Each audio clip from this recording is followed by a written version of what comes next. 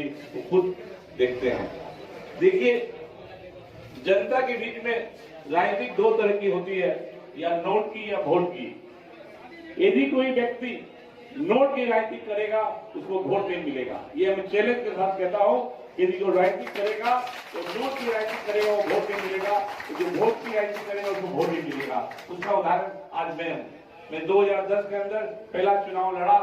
उस समय मेरी वोट बहुत कम थी, वोट था, तो मुझे 1475 वोट मिले। तब मुझे आशा लगी कि 1475 लोग 42 नंबर वार्ड के मेरे साथ है, मेरे में विश्वास करते हैं। इसलिए उस दिन हारने के बाद भी अपने 42 नंबर वार्ड के लोगों के बीच में रहना, उनके संग में सेवा करना और उनके संग में 24 घंटा रहने का एक वचन लिया कि आज के बाद जो 1475 आदमी है वो कौन है हमको मालूम नहीं है, लेकिन हमको उन परिवार बनाकर उनके बीच में रहने का संकल्प लिया। आज अपने परिवार के लिए मैंने एक एम्बुलेंस, आज तो पता होना चाहिए, एम्बुलेंस भी मुझे टीएमसी की तरफ से, विधायक की तरफ से वो एम्बुलेंस मिली।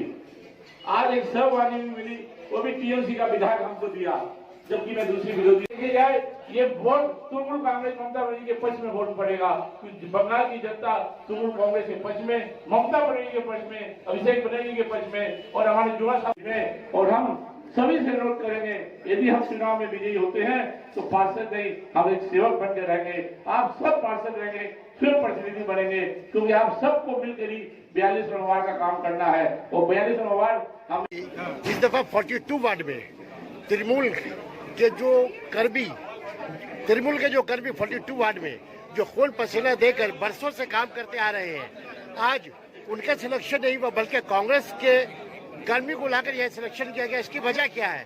भाई, हमने हमेशा कहा है कि जीतने वाला कैंडिडेट जरूरी है। जिसको दल को लगता है कि इसका सबसे ज्यादा चांस है जीतने का, हमारे वो कैंडिडेट जरूरी है। और जब जितने भी हमारे लाइक माइंडेड लोग साथ में काम करना चाहें, तो चाहे किसी भी दल का हो, हमारा दिल, हमारा हृदय बड़ा है, हम सबको अपने शामिल करके उनसे काम करा। अच्छा, ऐसा महसूस नहीं हो रहा है कि महेश शर्मा के सिलेक्शन से जो पुराने कर्मी है उनके अंदर बगावत की चिंगारी भड़क उठी हो? हमने आज इसीलिए उनको समझाने की चेष्टा की कि भाई, आप भी हमारे दिल धड़कन सब है, आप कभी परमानेंट कभी न कभी, देखिए मैंने कहा ना, हाथ आग बदलते रहते, कैंडिडेट का चेहरा बदलता रहेगा, मगर कर्मी कर्मी रहेगा। जो ममता बनर्जी में विश्वास रखता है, जो अभिषेक बनर्जी में विश्वास रखता है, वो उनके साथ रहेगा। वो तो ममता बनर्जी में तो हमेशा ही कर्मी साथ रहेंगे, के बारे में सोचेगा भी नहीं। कर्मी तो हमेशा ममता के साथ है, सब साथ है कर्मी के। लेकिन कुछ चेहरे जो है, क्या वजह है कि आज जो है कांग्रेस से कैंडिडेट को चुना गया? यहाँ क्या कोई ऐसे कैंडिडेट नहीं थे तृणमूल के? वाले कैंडिडेट को जहाँ से लाना पड़ेगा हम तोड़ के लेकर आएंगे। जीतने वाले कैंडिडेट के लिए, यानी आपको उम्मीद है कि जो तृणमूल कांग्रेस यहाँ खट रही है उनके अंदर ये गट्स नहीं कि वो जीत कर यहाँ दिखाए इस वार्ड में तृणमूल कर्मी? हमको जो अच्छा से अच्छा कैंडिडेट लगे हम उसको लेकर आएंगे। यानी सिलेक्शन हुआ है, चाहे बीजेपी से लाना पड़ो, चाहे कांग्रेस से लाना पड़े, चाहे कहीं से भी लाना पड़े। इसका मतलब ये है कि विवेक गुप्ता की सिलेक्शन है, डिसीजन नहीं है।